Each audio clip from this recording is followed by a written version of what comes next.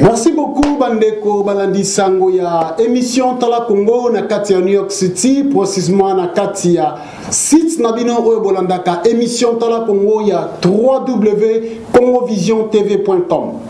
Lelo lisusu na kati ya plateau na biso na mboka engumba enene ya New York City.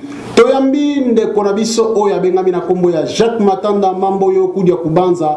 Tolobela bino masolo oyo ezali kotambola na kati ya diaspora. Mikolo oyo makambu ezali mingi na kati ya diaspora pe na kati ya mboka na biso Congo.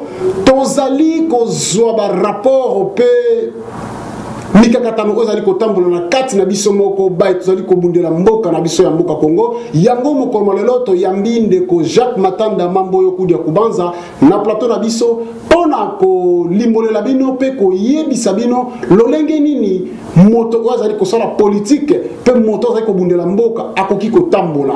Yango na mituna oyo tozali kotuna lelo ezali mituna oyo bana mboka bazali komituna na yango mingi to moni ete lingomba oyo ezali koluka kobundela mboka ekomi na bamikakatano pe kobenda na bendana ekomi na kati ya lingomba. Yango wana bandeko oyo botuna ki mituna bozela biso na kati ya etando na bino mike pona koyoka mituna oyo botuna ki.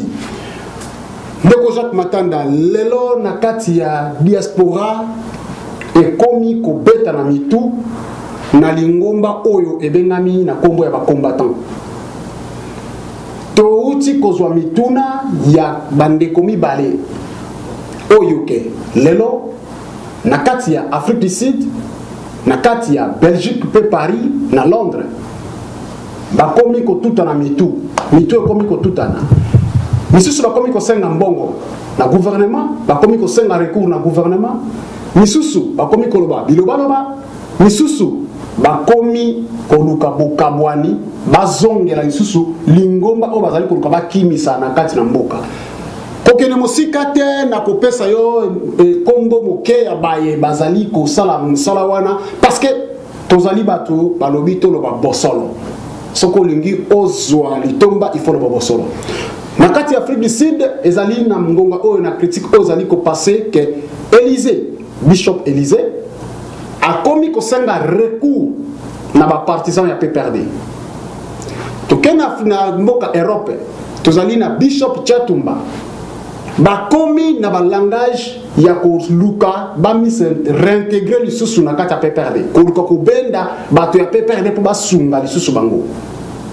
Bokechu premier azali nenge moko na kati ya clique wana ya koluka bango bazala toujours likolo ya batu misusu bakonza baninga bakomi na maloba ya koluka bambongo babiloko bona boye pona kotambusa lingomba eloko oyo ebengami na kombo ya komba ebandaki plateforme nini bakombatant batrasa oyo na komemana nango etumba oyo tiko koma na suka.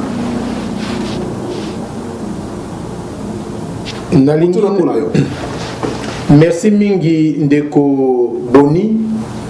Ndeko Boni oza bongo compagnon de lutte. Oza moninga ya etumba ndenge Chavez, président Chavez a roloba compagnero de la luta. Oza compagnon de lutte. Et merci pour la mutuna oyo tuninga eza mutuna moko très important. Et na komeka ndenge naza koloba awa en même temps na partager na kabola elongo na baninga moi muke oyo kolonzambe alingaki ete nazwa lokola expérience na cadre de la lutte.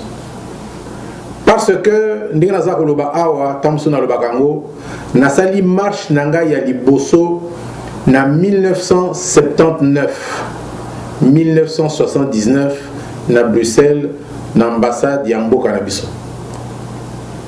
So na tangi 1979 engi koloba tokomi lelo 34 ans. Petan wana osala marche na mbula wana na kutani na ba mikolo ba kulutu o bazalaki na lutte déjà longtemps avant ngai. Na kotanga mingi oyo nga nakangamaki na ye oyo penza na koloba na benga ke mentor na ngai kombo na ye Man Elijah Mulemba. Tango AFDL azwaki pouvoir azongi na mboka banomaki ye PDG ya Obema office de bien mal acquis.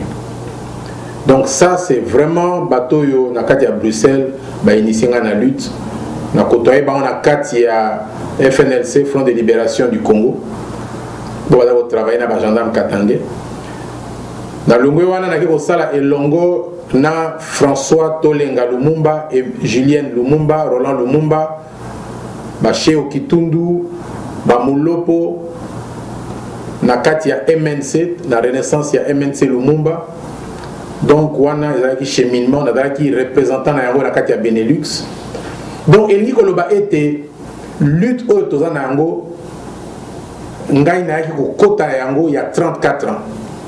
Et pendant 34 ans wana ti lelo na tikala jamais kotika ligne ya lutte pona kende na ligne ya pouvoir oppresseur, pouvoir ozo boma peuple, oza ko nyokola peuple, oza ko silsa na ko boma peuple. Jamais na trahissa opposition. 34 ans. Ba on a kutaki liboso na mingi bakende ezali solo moko molai. Donc on a le but na partager expérience muke onazana yango.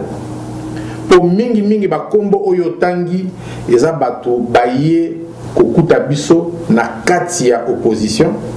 Mais eloko tango mususu na lobaka eloko mususu tozanga kama muke ezali humilité, simplicité. Tango yo oye na mboka okuti bato baza obina na lokolo ya gauche tuna bango me lokolo ya gauche wana ndenge boza obina eza ndenge nini boyokaka mokua ndenge nini boyokaka mosisa ndenge nini esengeli te ke ntango boye kokuta bato baza na lutte bosala comme si lutte ezala jamais awa bino nde boye kobandela lutte biso nde toye komemela bango lutte eloko mosusu na reprochaka na mbutamutu na biso honore ngbanda yango wana tango mbutamutu honore ngbanda alobaka okokanisa ete tango ye akomi na libanda lutte ezalaki te alors que biso oyo to combattre ye honore ngbanda de l'extérieur et à l'intérieur du pays. Donc naza koloba wana tango yo tangi bakombo ya bamisusu wana na ina loba boye ete eloko ya liboso naza komona te oyo nyonso za ko se passer ezali kambo moko normal. Nayoka kabatomi balobaka non il faut tozala uni pour toza unité eza mabe non. Unité ya nakati ya etumba ndenge balobaka na français ça ne se décrète pas par ordonnance. Donc bah signer allez le logo ça uni allez OK. Ezali kambote balobaka on a discours toza uni non. C'est quelque chose qui se vit. L'union, l'unité dans le combat, ça se vit chaque jour au jour le jour. Ça ne peut pas que mutu naso la kanayote. Biso na yoto sala banalise ya situation te. Total raté mes pouvoirs oyo. Eza ndenge nini? Et reconnaître aussi ba pouvoir oyo. Poto ko ça faut to sala ndenge nini? C'est-à-dire que partage ba réunion à la raté, on n'a pas de débat interne. Mais les gens sont basali marche. Beaucoup tani pembeni ah toza unis non. Et ce qui se passe aujourd'hui ça été cette opposition ou cette résistance comme on pourrait l'appeler les uns les autres il n'y a jamais eu d'unité et je peux vous dire qu'il n'y aura jamais ce genre d'unité au bazar Lukawana. Ponangai na zolo baboy. Soki unité ekozala unité ekozala à travers il y a acceptation par le plus grand nombre. Acceptation, il y a stratégie. Acceptation, il y a méthode de lutte. Oyo tokoki ko mettre en œuvre pour te renverser pouvoir. Mais boko sala eloko nini ko sala manakadre on parce que nazali na kati ya groupe wana ya résistance. Naza un combattant on a opéraka na ba cadre mingi ya on a bengi compagnon de la lutte. C'est ça.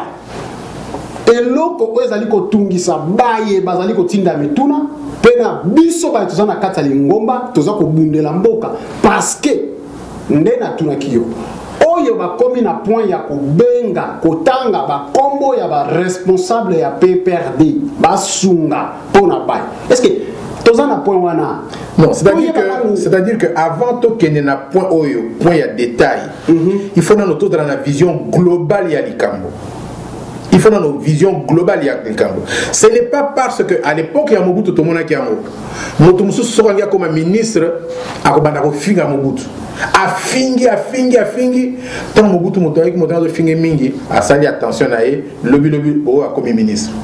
Donc ce n'est pas parce que Moutou Boye a sali qui interview, Albaki Mamakamboya grave, que d'office, et c'est ça le problème. Bakombo yozo cité wana.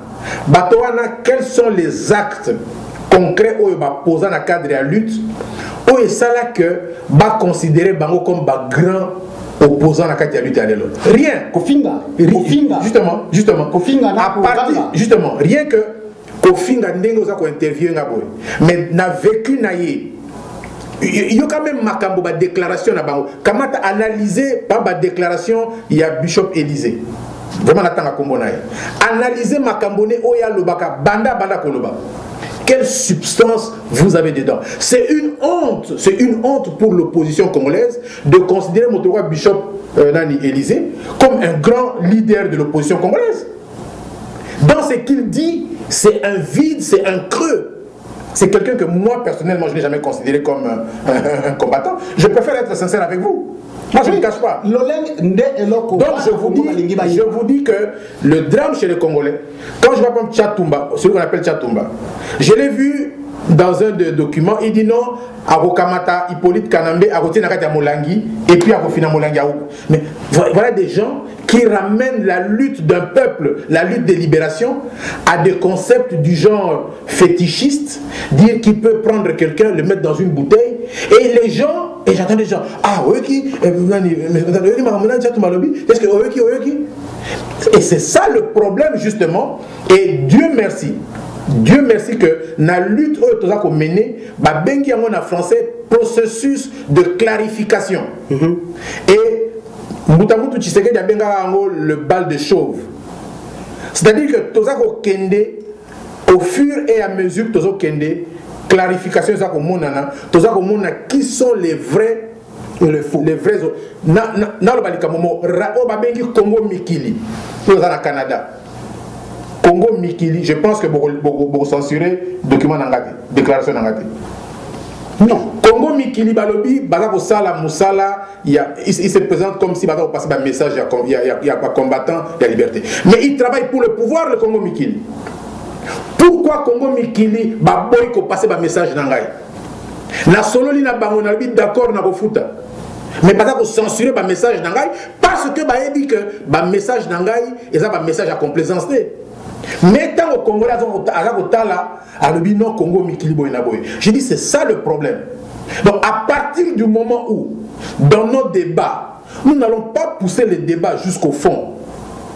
C'est-à-dire que débat à complaisance, tout ça qu'on s'est flatté les uns les autres. Il y a un gars dans le baka, oui, tout ça la marche et ça bien. Mais nous ne devons pas nous limiter aux marches. J'ai dit, moi j'ai fait des marches il y a 34 ans. Je ne peux plus aujourd'hui continuer avec les marches. J'ai dit aujourd'hui, est-ce que nous ne pouvons pas penser tout ça là-bas là-bas sud-africain Basalaki Basali erreur ming na combat na bango basali erreur un moment donné balabi non n'est to réfléchir to monique et loko o to ça la poto renverser pouvoir et apartheid et zali sabotage économique. Tabombeki a bandi ko lancer ango na pays nordique na Europe. Allez, partout en Afrique, en Angola, en Mozambique, en Namibie, sabotage économique. Mais je dis, quand je dis en opposition, il y a Bishop Élysée, ceux qui ont reprendre le discours où il y a sabotage économique, il y a sabotage à pipeline. Il ne le fera pas. Parce que c'est quelqu'un qui est là pour plaire au pouvoir, tromper, comment dire, l'opposition, tromper la résistance. Et en fait, en dessous de table, il touche de l'argent et on le voit comment il vit. Alors, Tokyo, sur le point où le commis pesa, et ça est Tumba. Nous avons lobela, batu ya média, autres, fani na kati ya presse, tous avons coordonné, musala na bisu le sous bienté. Ezalina ba misusu ba komi ko zwasiko yo net si ba kotisa. Mi tout et tout na kati ya komba na biso pona ko lakisa. Misala oyo muninga asalaki okuna salaki okuna lobaki bo tutali se sikamoko pona kolakisa batu libanda. Est-ce que tant que misala ya bongo komi ko bima libanda yebisa biso yo en tant que un stratégiste oyebi stratégie politique oyebi lo lenge nini boko kamba musala pona bozwa litomba nango biloko oyo komi ko laksama bokecho lobaki boye chatumba lobaki boye Elisa lobaki boye awa na États-Unis mutu fulani lobaki pe boye bakutanisi Nakanisi, c'est une excellente chose. Il faut qu'on continue en haut. Il faut qu'on continue en haut parce que il faut justement que même ma vérité n'y son poisson. Il faut que le peuple aille bas. Okuna lobaki nini okuna c'est-à-dire que ba critiquer ça c'est-à-dire qu'il ne faut pas que bomba makamba yango to mona kitanga makamba ni sezalaki oh non makamba ni ko lobango te za distraction non makamba ni est que dominer débat et lutte politique mais c'est un point qui est arrivé qu'il faut aborder il faut qu'on analyse yango pour que les erreurs mouné ne salami pour que dans l'avenir ba ilo ka ningo ne salami raté et salama ki na tango ya AFDL tant que AFDL va signer que le propriétaire, il y a sous-sol, il y a sol, il y a richesse au Congo. Et tout le monde est en train de commissaire Lelo. Et bateau va signer kuna nani na Nice. Ils ont fait tout à fait la même chose comme l'AFDL avait fait. Donc ceux qui vont critiquer Bangote et qui va continuer dans la logique qu'on a pas quand c'est qui malam, le va vous en pouvoir, bako bomabiso quand le AFDL va bomabiso. Donc je dis bateau bazako mema comme tia la place publique, ba contradiction ou bien ba erreur. À ce moment-là, ngaso ki lelo bo tandinga ndengwana na ko senga na ko me justifier.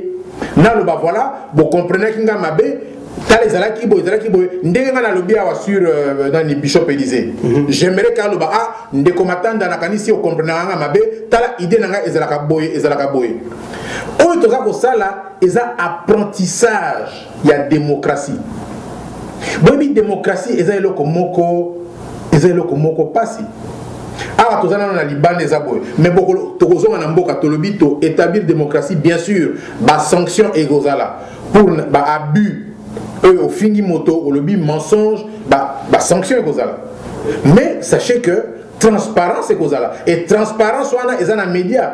Yango on a là au kumisabino, bah ndekonanga bo ba simba ba médias. À l'étranger, et ça en Afrique du Sud, et dans le continent américain, dans le continent européen. Il faut justement ne pas avoir peur de provoquer la contradiction, même la plus forte, pourvu que vérité ait réagi, et plutôt émerger et bima. Alors, donc, ce sont un point moko lelo ezalika kana kati ya combat. Na kati ya combat tozali na point moko oyo ke ti lelo eza ko simbate correction ya ko respecter ba position. Pourquoi na kati na biso tozali ko choisir leader moko te oyo ko kamba combat comme na Congo to yebi biso tout to souteniraki parti moko ezali IDPS que non tozwa président moko oya ko mettre Kanambe alias Joseph Kabila en dehors ya pouvoir to récupérer pouvoir. Mais pourquoi tozali kozala na mutu moko te na diaspora to boité Europe bakopona, États-Unis bakopona, Canada bakopona, Australie bakopona. Pourquoi eloko wana eza ko salema te na kati ya diaspora na bakomba na biso tozana ngo mais toza ko tambola en désordre nani akoki ko sala eloko wana. Et on a eu le bas oyo zo le bas on a eu au salema te na d'accord na ngote. De quel sens? Tout tambola neti ba na bandi ko répondre zela na kene suka. Et oyo ko salema ndengo wana te. Ndeng alba dit tout à l'heure, un leadership politique ne se décrète pas par ordonnance. Toponi yom doit leader. Non. Tshisekedi a émergé comme leader na classe politique congolaise, il y a opposition. Personne n'a signé un décret le consacrant comme leader maximum, il y a opposition. C'est au travers de sa lutte, une longue lutte. Tant qu'on va créer dans l'UDPS, pour ne parler que de l'UDPS, il y a 13 parlementaires, et tant qu'on va créer, on va pensa grand animateur, Ngalula Joseph, Ngalula Pananjila, mais à force d'évoluer dans la lutte, on a vu Bamisusu, Bazako Kende, Bamisusu Bazako abandonné, ainsi de suite, et au bout du parcours, oya tikali oya émerger ba misusu nzambe abengi bango ba kufi ba misusu ba trahir ba misusu boye mais au bout du parcours oyo a émergé, donc il est sorti des entrailles de la lutte du peuple congolais, c'est Tshisekedi. Azana ba défaut naé, azana ba qualité naé, et moi qui vous parle, quand je me mets à critiquer les défauts de Tshisekedi, je ne mets pas les gants. Quand je me mets à vanter ses qualités, je ne mets pas les gants. Et Tshisekedi lui-même nous a dit, m'a dit, que vous n'êtes pas là pour vous devez me critiquer, vous devez parler. Normalement. Donc, dans le lobby, un leadership de la dynamique extérieure de notre lutte ne peut pas se décréter. Non, non. Donc, la lutte par action abisso ou à l'extérieur, à l'intérieur et ainsi de suite. Ce processus fera que au bout du parcours émergera un leadership, si pas parmi nous qui sommes à l'extérieur, peut-être c'est quelqu'un de l'intérieur qui va récupérer le courant qui se mène à l'extérieur et ce leadership va être cristallisé autour d'un individu Morazanakati, ou bien la force et se cristalliser autour d'un individu Morazana extérieur. Mais nous devons refuser que, parce que sur l'autre on dit, voilà, en États-Unis, tu vends la poto pour un leader. Ce n'est pas tout le monde qui va venir. Vous allez avoir, attendez, sur 50 000 personnes qui habitent aux États-Unis, vous allez avoir peut-être 500 ou 300 qui vont se retrouver rassemblés là-bas. Mais cette personne qu'on va décréter leader de l'opposition congolaise aux États-Unis ne sera pas représentatif des aspirations et il ne va même pas incarner, donc à la incarnation, il y a lutte. Et comment on a même Chavez na Venezuela. Chavez na Venezuela. Natanga par exemple nani oyo Mbutamutu abimi président sikoyo na Centrafrique. C'est pas quelqu'un que on est allé, non. C'est quelqu'un qui a su organiser autour de lui, qui a pu passer un discours, qui a pu faire passer des messages, et finalement, on s'est rendu compte que les forces se sont cristallisées autour de lui, et on est allé de l'avant. J'ai dit, dans la lutte vécue, mais quand on veut rêver dans la lutte, et quand on rêve, on est rêveur, on n'est pas combattant. Mais c'est ce qui se passe tout autour de nous. Mais justement, il faut, il y a un mot que, tant que ça l'émission à Boyer, faisons comprendre aux gens que nous devons mener la lutte. Il y a un mot, par exemple, tout à l'heure, on vous posait question. Ndengue, bazoya kotanda, ba contradiction entre bateaux. Je dis c'est une très bonne chose. Parce que ça permet de pouvoir mettre à la place publique ces gens. Moi, aujourd'hui, les gens peuvent avoir un mythe sur moi. Dire, mais ma tante, c'est grave, c'est terrible. Mais ça peut avoir des défauts. J'aimerais que ma défaut n'angaille. Comme ça, dans une occasion, il y a quoi répondre. Peut-être que vous comprenez qui m'a dit, et je dis, il faut que cela soit quelque chose qui sorte de la vérité. Le combat, notre combat, c'est pour l'émergence. Que tout bimi sa vérité. Que vérité, oh y a victoire, y a un moto éprimé. Mais ceux qui te connaissent, ça, il y a likopa, kop, nini, mon cher ami, et vous avez la vérité, il y a victoire, et vous avez le mensonge. yango wana pena ningoza koloba toza continuer kaka na balabala pona ko sembola likambo yo tokei na point moko oyo kelelo yo na tunaka ngai moko na tunaka ba misusu ba tunaka pe mituna wana